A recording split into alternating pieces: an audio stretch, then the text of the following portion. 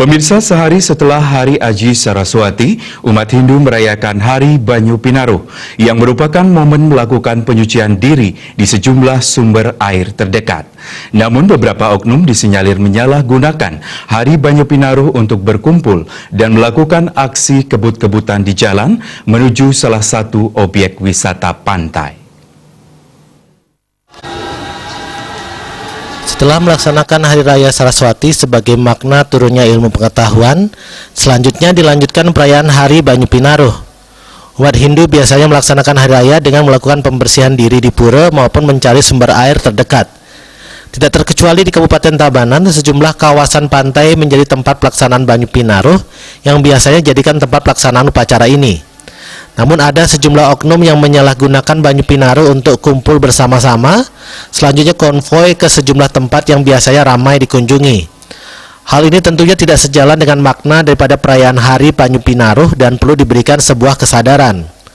Wakil Bupati Tabanan Komang Gede Sanjaya mengakui sempat terjadi penyalahgunaan momen upacara Banyu Pinaruh oleh beberapa oknum, di mana pada malam harinya mereka berkumpul dan duduk di pantai hingga menimbulkan keresahan.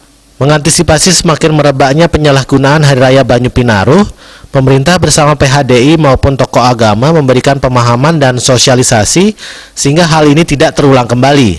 Menyambut daripada Banyu Pinaruh ini, anak-anak muda milenial ini begadang sambil duduk menyalahgunakan daripada momentum hari suci ini. Nah, ketika kami melakukan suatu sosialisasi, melakukan persembahyangan bersama yang dipuput oleh Sang Sulinge, yang diberikan pendampingan oleh Parisade, ternyata pergeseran ini sudah mulai.